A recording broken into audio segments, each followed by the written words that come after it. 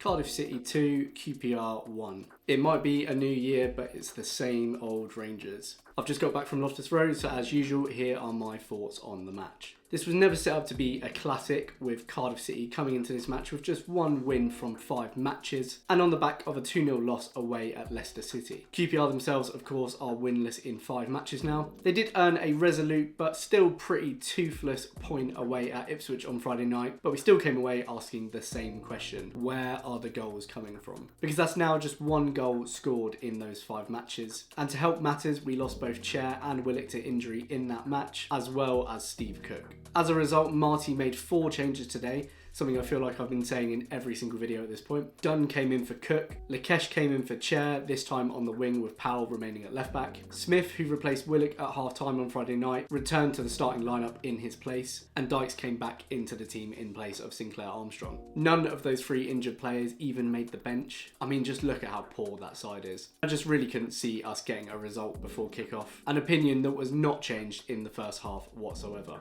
Must be the poorest 45 minutes at home this season, though I'm fairly sure I've said that a few times. It was absolutely dire. For those that are critical of Elias Chair, this is what life looks like without him. And while someone pointed out to me on Twitter that we're not winning with him in the team, this team was absolutely devoid of any kind of invention. No movement, no runs, no one offering themselves for the ball, just completely static. In the whole of the first half, we had 66% possession and just 1 shot. And that 1 shot was an ill-judged shot from Kenneth Powell from a free kick when he should have just put it into the box. And that's it. Nothing else to report. That's no exaggeration, we actually didn't do anything else in the first half. I can't even single anyone out because they were all absolutely rubbish. They aren't good enough for this level. It's not their fault or Marty's, because they're all we've got. I did personally feel with Chair and Willock out, we probably should have started with 2 up top with Armstrong and Dykes.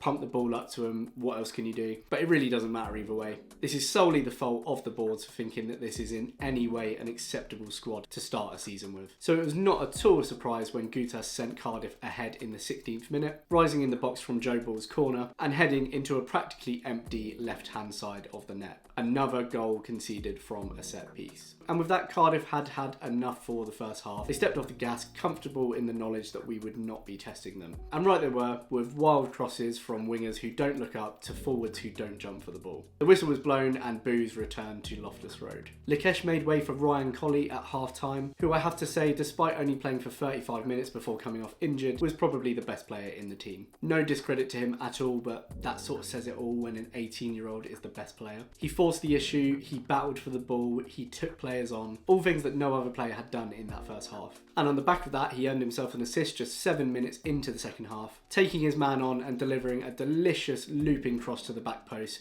which Paul Smith volleyed in. A goal that came out of nowhere, to be honest. Just like that, after one of the worst halves of the season and a half time spent thinking about all of the League One grounds we'll be going to next season, we were level and some blind hope had been restored. We started to have joy down the right hand side, with Smith regularly bombing down the right wing and constantly being fouled by the Cardiff defence. We were winning balls in the middle, we were putting balls into the box, and then it just sort of stopped. And I think that was down to a couple of things really. First of all, the substitution of Adoma for Elijah Dixon-Bonner, really strange. It sort of just threw everything out of whack.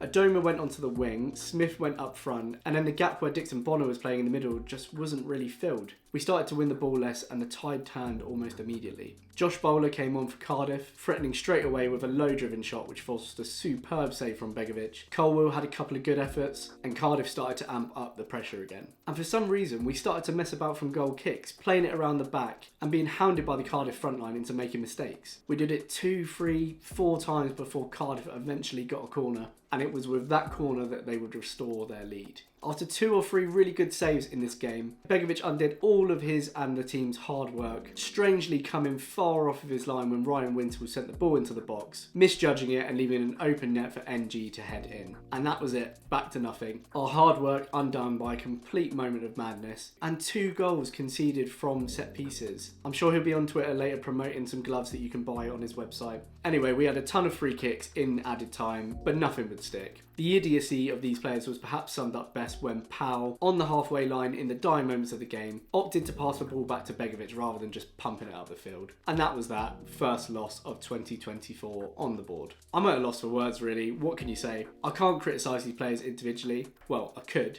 but the whole squad just isn't fit for purpose. I can't criticise Marty because this has happened under 4 managers now, so that really does just take us full circle back to the board. They're the reason we're in this mess, they're the reason that we can't spend because of FFP, and they're the reason we're getting relegated this season. Ferdinand and Amit jumped ship at the start of the season because they could see what was coming. The repercussions of years of their mismanagement were finally coming back to haunt them. We still have no director of football to set the tone going forwards, and we have no idea if we're going to be bringing in any players in January at all. The board are invisible once again. We don't hear a peep out of Lee Hoos. 21 points from 26 league games, according to Jack Supple, is our worst ever points return in the second tier, which means we're absolutely going down, there is no doubt about it. We are the worst team in this league, we've been the worst team in English football for the last 10 years, and unfortunately I just don't see this club moving forward under this ownership. Happy New Year. Anyway, thank you so much for watching as usual. Do let me know your thoughts in the comments below. Please like and subscribe if you haven't already, and I will see you for my Bournemouth match preview.